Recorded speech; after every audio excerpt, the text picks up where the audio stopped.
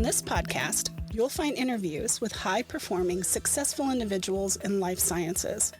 On a weekly basis, we cover their proven methods, principles, strategies, and mindsets to implement new technologies that scale to meet the needs of people in our world.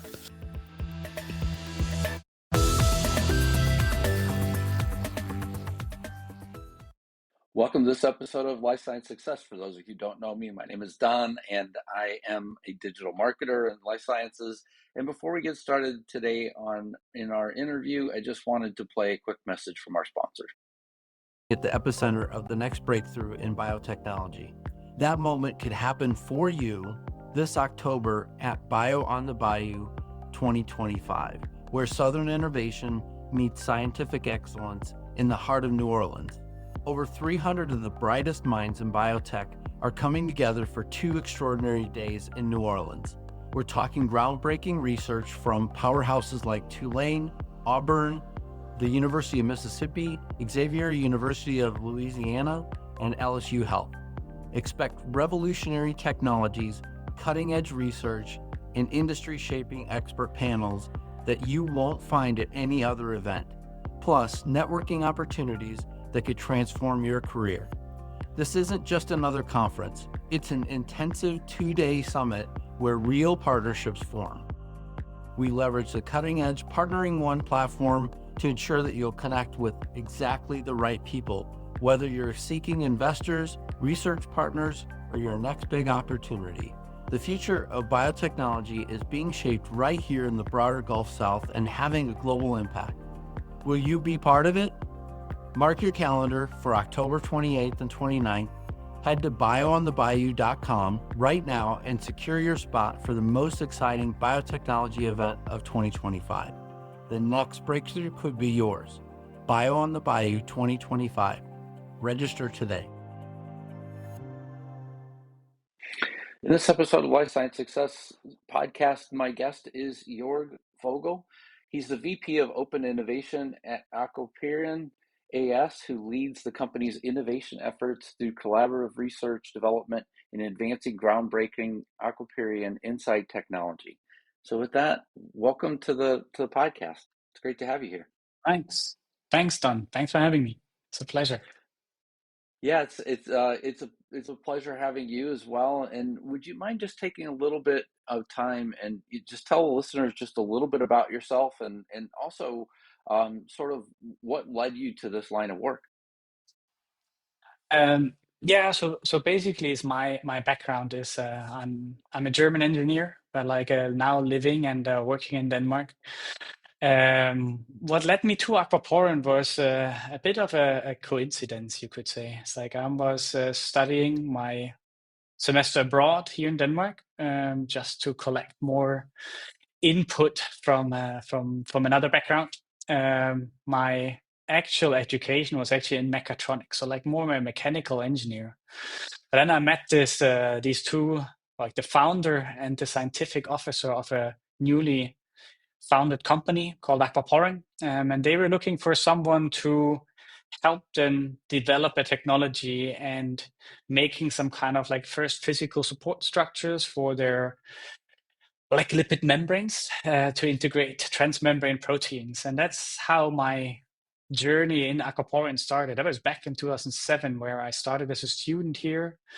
And I did my PhD in Aquaporin as well, and went then from, you could say, mechanical engineering to protein science, physics, chemistry, environmental engineering, process engineering. So basically, it's touching upon lots of fields to get to where we are now, where we basically Aquaporin has the first, you could say, biomimetic membrane, the first membrane with aquaporin proteins as an enabler in them. And I was part of that journey so far. And I mean, it has to be good to have an actual business example as you're going through school as well, in that light that you're getting to grow in the company, but you're also getting an education in another way as well. Yes, definitely. So the journey here kind of shaped who I am, you could say. It's I had to grow up together with the company. So basically, I started as a student, having kind of like a theoretical background, trying my first practical experiences, you could say, and then growing with the company from like a normal researcher to like a project manager to department or group manager or department manager, and then a VP, and leading the whole R&D department. And by growing with the company, I also had to grow the company. So like I kind of built some parts of the R&D department. I had to like, okay, how do we want to do things, and how do we want to maybe approach customers, and like had to deal with a lot of change as well, because as you grow, you the company changes, the culture changes also in that sense, especially once you reach your IPO that we had in 21, and then you are a commercial entity or more commercial entity trying to like make ends meet. And so let's talk a little bit about Aquaporin's technology, but also the company itself. So it's used from water purification to industrial processes. How does the technology allow it to be adapted to so many diverse uses?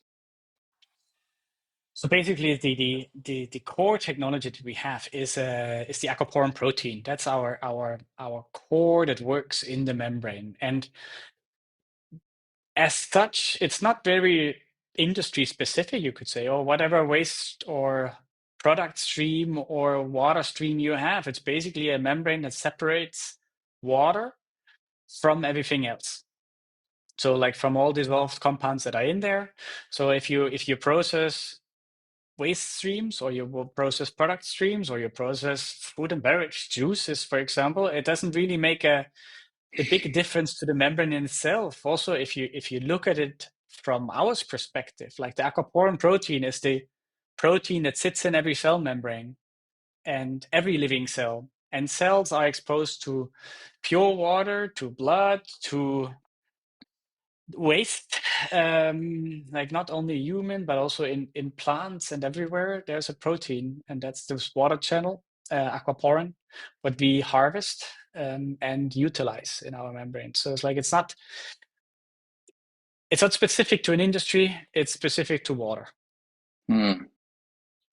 And I guess can you explain a little bit more, about how the membrane technology is applied across these different industries? Sure. There's, you could say, like two fundamental kind of processes in filtering water. Like the first one is the established, what's called an reverse osmosis, where you basically filter water through a membrane by applying a pressure. So you press water against the osmotic gradient. That's why it's called reverse osmosis. And that's as I said, the industry standard. For example, you have it in desalination, or you have it in generating process water in biotech, in clean tech, in the semiconductor industry as well. Whenever you need like clean water, you also have usually like an RO membrane involved somewhere. So like there we have the pressure driven one. But we also spearheading the development of what's called forward osmosis, which is basically just osmosis. Like here you utilize the osmotic pressure difference between two liquids to draw out water off a contaminated source. So you dewater a solution by applying a chemical potential difference, like osmotic pressure difference. And here, of course, the aquaporin, that's where they actually come from, right? Like what our cells do, how they filter water. It's not by applying a huge pressure. It's basically by having the osmotic potential difference, and then like transporting water from lower osmotic pressure to higher osmotic pressure. And this technology is not yet an industry standard. So we are trying to establish it well, because it has lots of advantages and it has lots of potential, especially where we see the biggest one is in food and beverage processing, making high quality concentrates. It's like if you don't heat up your solutions, you keep everything that's in them, because heating usually changes the profile, right? So there is certain like advantages to that. We also use it, for example, in our space operations, right? Like making water recovery from whatever contaminated source you have on a space station, for example, that's usually yellow. And there, of course, since you don't have to use high pressure pumps and like all this specialized equipment, you save weight and energy, which is quite essential for space travel. So Very there, of good. course, the membranes make a big difference, especially because they are this high separation, high level of separation. Mm. And the other question I have is with regards to your overall product development and the company's commitment to sustainability. How does that influence your products as well in different sectors? And then what challenges, also do you have in adapting the technology to be able to meet each industry's needs? Well, but if you start at the beginning in that sense, right? Like we are already saying we want to rethink water with biotechnology. So it's like we actually got inspired by having the most efficient water filter there is on Earth, this aquaporin protein, and how to utilize that, right? So we want to make water more accessible by making this filtration technology more efficient with that protein channel, because then you also don't have the limitations of kind of what polymers are used and other things, because it's a natural ingredient already. Of course, we have to like build around it, but like on one hand, when we say we want to make it more efficient, it's like this protein channel enables us to to lower the resistance of water going through a membrane, which means then you can filter water with less energy. Like maybe you have to use a bit less pressure than with traditional membranes, which of course helps to get a lower CO2 footprint, but also to make it more accessible to others. By having lots of, like, for example, with my area is this open innovation. So we're also trying to see like where can our membranes help in non-traditional setting, not only like to filter water that's needed in industry, but like how can we help and contribute to like closing this water loop, make water more circular. So like there is always water coming out somewhere and has to go in somewhere. So like instead of like throwing it out and then taking it in from a clean source, can we clean it with our technology and of course with complementary technologies, to help in closing the loop. So we work a lot with like academia, other research institutes, like also companies, but also NGOs to like see is there benefit to it. More and more goes also in like if you have a certain technology that can concentrate to a high degree, then you also have the possibility to harvest something. Like wastewater is not necessarily waste. There's a lot of compounds in there that we could harvest. So like we have a couple of projects where partners then try to harvest something out of this stream that's concentrated. And the more it's concentrated, the higher your concentration of that target. So we think that in our overall area, of course, of our business is like where can we make a contribution, to make, well, the word more sustainable, you could say. And that even includes if you have water filtration reliably and maybe also efficient water filtration, then you don't need plastic bottles, for example. Like it's better to drink filtered water like that you filter on site than to have it shipped around in plastic bottles. Yeah, and it's it'd be it's an interesting application, as well. I mean, especially given all of us who travel, around and yeah, I mean, frequently in airports, I'm carrying a water bottle and refilling it as we go through, as well. And yeah, it definitely is something that's needed, across around the world, as well for anybody that needs water. More specifically, whenever you look at life sciences, how is your technology applied inside of life sciences? On life sciences, especially, kind of like I would say is like we are maybe like could look at three different areas. And of course, always you need to provide clean water. for like your production, for even for cleaning purposes, you need to have like this process water. And second is you can have product concentration. So you also need to sometimes remove water. In many processes, water is basically just like a buffer or a carrier that you have to like separate at some point. And of course, then it's water reuse as well, as I mentioned beforehand already. So like there, it's not, and there I can't say that's not only life science specific, but like we had some couple of projects where we especially looked into the life sciences as well. Also because we use a like a protein in it. So like people are interested, can it do something different than our normal membranes? And like, oh, we can separate water, like we can't separate like certain compounds yet. Yeah, it's I'm very familiar with like using media to separate to separate compounds as well, Mhm. whenever we go through typical bioprocessing. But yes, I could see where there would be some interest in terms of trying to see if there's any further application as well. Mhm. Um, do you know, is there a way that your technology is being used to improve specific processes within biotechnologies like cell culture, protein separation, or purification today? Actually, like it's not used in those ones today. We do have had a couple of projects, but like there, for example, we looked at once a project together with GSK and Merck, where we looked at like waste streams from vaccine production to like loop it back into the process. And we have basically we don't have like a specific process within that biotechnology, but we have, you could say, like a project within another field of, you could say, pharma, because like we're looking at dialysis in itself, making dialysis more sustainable, because it's not really sustainable if you look at it. It's like it's about what 200 liters per patient per treatment or something of water that you have to use. You have to filter that, and then you have waste coming out.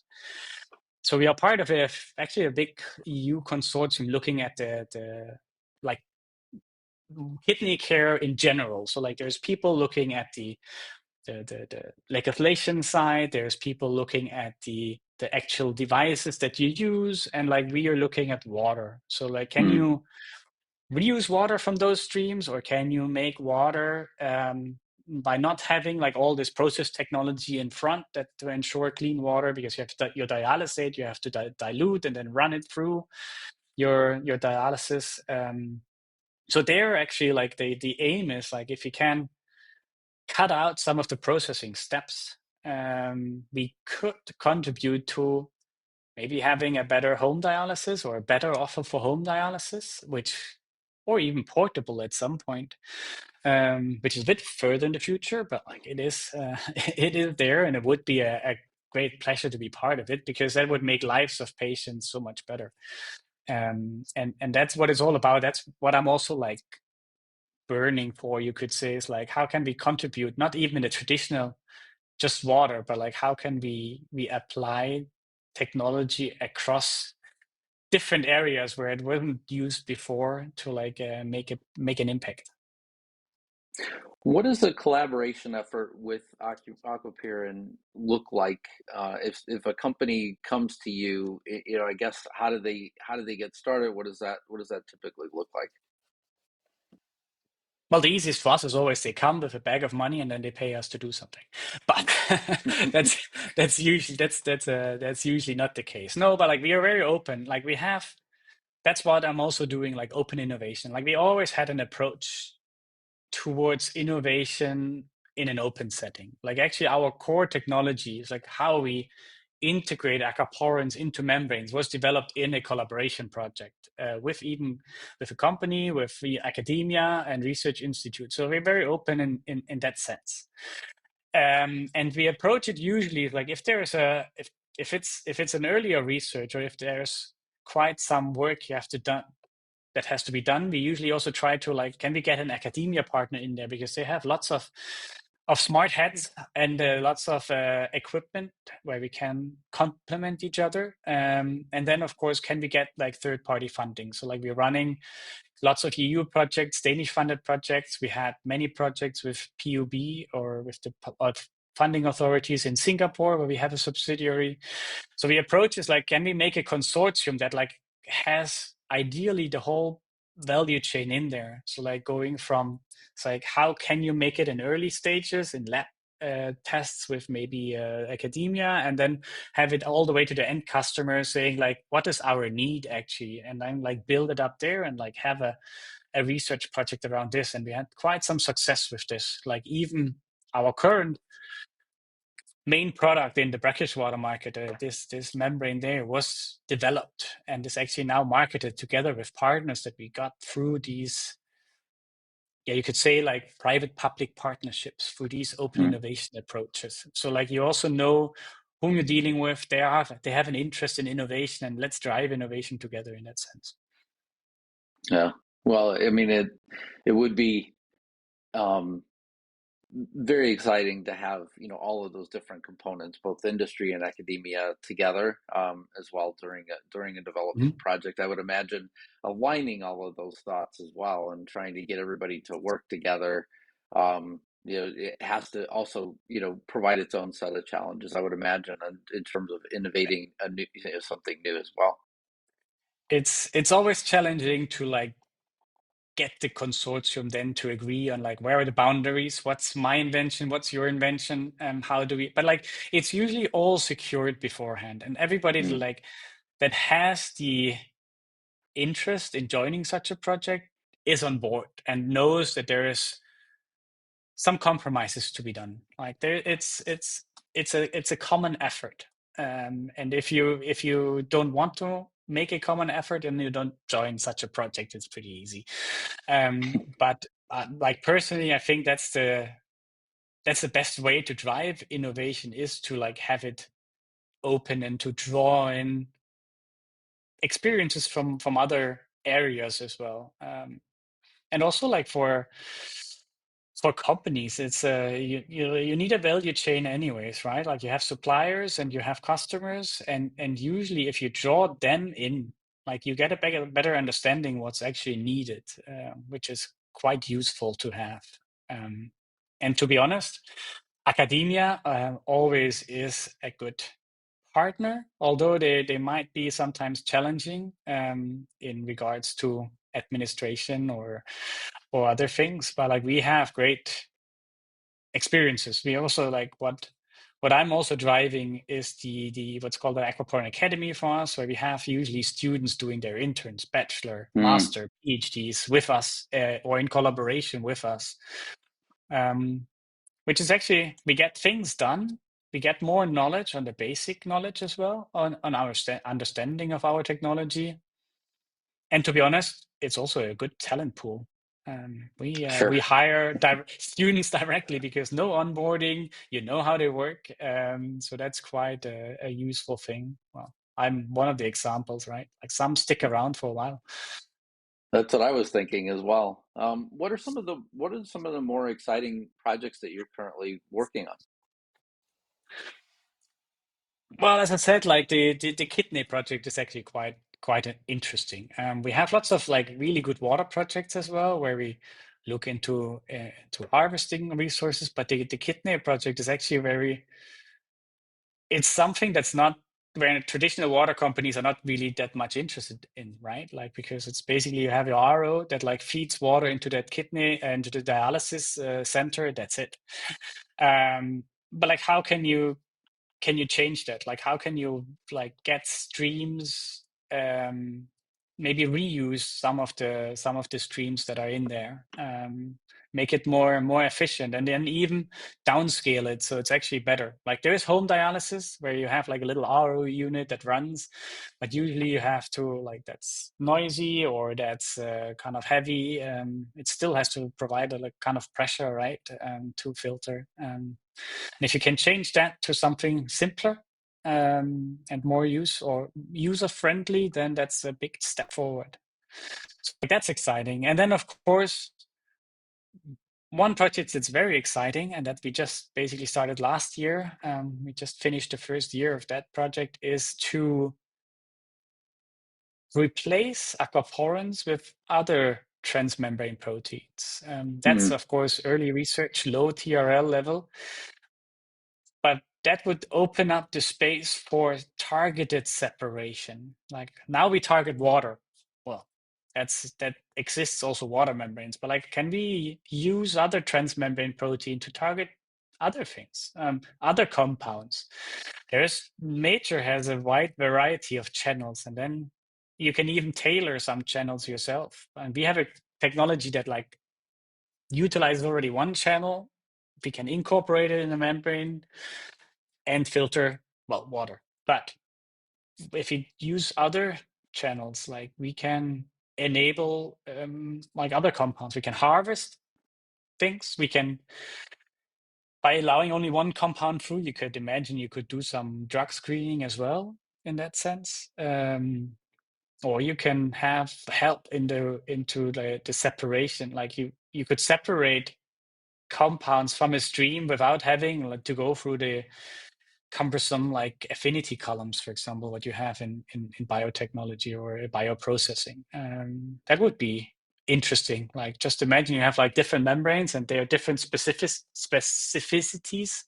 And then you just like, here I harvest this one, there I harvest that one, and there I harvest that one, just by running through my media.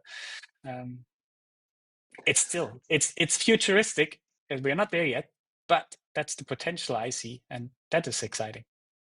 But I think, yeah, and I guess from my outsider perspective, right? So, given that everybody's interested in running small batches now, I mean, I feel like, the industry as a whole has made this sort of shift anyway from, sort of large batch, processing with, giant stainless steel columns, processing drugs versus, today where you have lots of plastics being used and things like that in that same process. I could see, if you had a technology that did that, I mean, it would probably be of interest to a lot of people because, everybody I think has this idea of, hey, if I could run, super small batches or personalized batches for, people that are looking for certain things, and be able to do it one off, it would be a much better place as well, given where the Yeah. industry's headed. So yeah. And there, of course, membrane industry offers something that's very useful because it's easily scalable. It's like if you put in like one small membrane or a big one or 10 big ones, does make a small difference in the processing time and so on, but like not in well, capex wise, it's not that much, and so on. Like, so it's actually quite an interesting potential then. Like you don't have to have your fixed columns. Like you can multiply. Like just put two membranes in parallel, for example. Absolutely. So just a few questions on you. What inspires you? I think I touched a lot on it already. It's like everything that has to do with innovation and new thinking, especially across disciplines, different disciplines. Like as I mentioned, like I studied mechatronics. That was already like a crossover between IT, electrical, and mechanical engineering. Then I went into what's called lab on chip systems, like downsizing analysis equipment on chip size, where then like of course some biotech you could come in. And then I went to Aquaporin with proteins, had to like do chemistry because membranes are basically polymers. So I had to like learn some chemistry. I had to go into environmental engineering and process engineering and so on and so forth. And like actually now I'm like complementing that further with an executive MBA. So I also know the other side of the coin, like not only the technology, but also like how can I establish that on a market, or how can I develop that technology by having interest from the market, and like how to market that. So it's like everything that is coming together in lots of like diverse backgrounds, like diverse kind of ideas, making new products, making new ideas come to life. That's kind of where I feel most comfortable and like where I want to spend my time on. Absolutely. And what concerns you? Well, you could if you continue on that thought, right? Like when I say like collaboration and open-mindedness is key, we like in these days the concerns are that we are kind of like developing, or like the world is developing in a direction where that's maybe not in focus anymore, or maybe more like closed borders, terrorists, nationalistic thinking is kind of not what excites me. Like this concerns me. It's like, what will, if we really go that way, like how, like if we hinder free exchange of ideas also between countries and between nations, it's like that will in my eyes hinder progress. Hmm.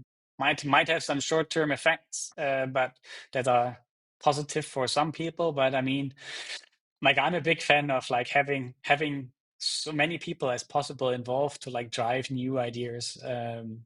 So and you can see that that it works as well. Like right now, and we also work with space applications, right? On ISS, Russians and like Europeans and Americans are working together just fine. You know, like they don't care about everything else. They basically care about advancing the science there. So and of course, which is like an a concern, but also maybe an opportunity in itself, is climate change, right? Like it's from my side, I have no doubt that it's real, and we are kind of running an unsustainable business with our planet right now. But there's solutions, I think. Yeah, and uh, I definitely see the sort of the bifurcated nature of the world, as well, and that we need to find a way to work and collaborate together.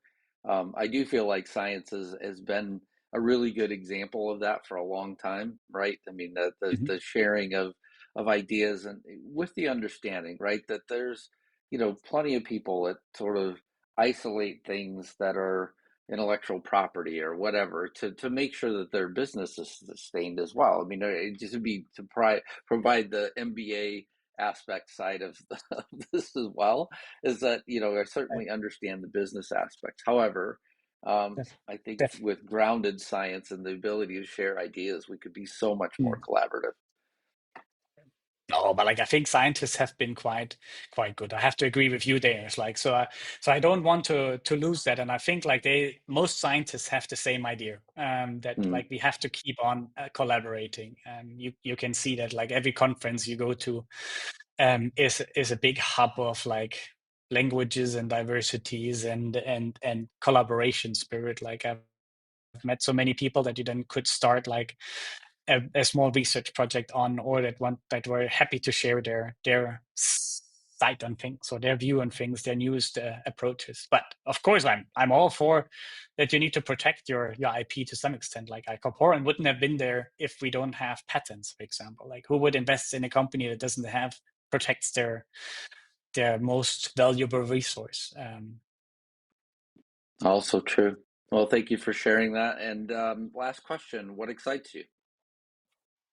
Um, Well, you could say like the same thing that like kind of inspires me and concerns me also excites me. Like as I said, like climate change, for example, like we have a problem, which is a big concern. But what excites me is all the solutions that come out. I've been part Mm. of like panels in what's called the tech tour here in Europe, where like small companies pitch their solutions and like look for investors and so on. And I've been a panel member, for example, there. And like when you see like how many ingenious ideas pop up, maybe not all get funded, maybe not all get successful, but like there's quite some buzz, and like the challenges that come also spark ideas and innovation. So like that's the really exciting thing, right?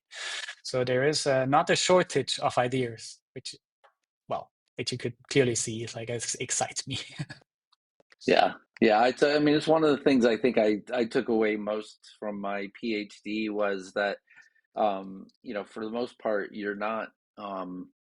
you're not always just answering a question.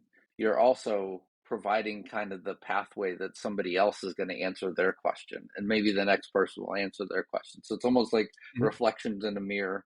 It sort of leads, one thing leads to the next, it definitely is, and it makes the world even more exciting, because then you sort of Mhm. understand that ideas can continue to advance over time with brighter and brighter minds, always thinking about what comes next. Yeah, exactly. Well, you could say like that's how Aquaporin came to be as well, right? Like when Peter Ager like researched or basically discovered the aquaporin protein, he was not looking for the aquaporin protein. He was looking for something else. He had a Mm. complete different aim, and then by chance, as it goes with big discoveries, he like discovered aquaporin protein and got the Nobel Prize for it. And then like our founder basically like saw that and it's like, well, why not use that tool to like make membranes? So it's like one accidental discovery leads to another, and then we probably spark some other ideas that people take up and make their own. So like that's really nice. I mean, you are completely right. One sparks the next one. Yeah, absolutely. It is something that makes all of this and science as a whole exciting. So, Jörg Vogel, thank you so much for being a guest on the Life Science Success podcast. I greatly appreciate you being here and for sharing your thoughts about water Mhm. filtration, but also just overall how these tools and technologies might be used even more broadly in life sciences. So, thank you for that. Thank you. It was a pleasure. Thanks for having me. Thanks a lot. Thank you for listening to Life Science Success. For complete details about this podcast, including show notes, how to get in touch with guests, and more episodes, please visit www.lifesciencesuccess.com. If there's someone you'd like for us to invite to the show as a guest, please let me know by sending me a message at the podcast website. Please click subscribe on your favorite podcast app, share the podcast, or tell a friend about it, and last but not least, rate the podcast. Thank you again.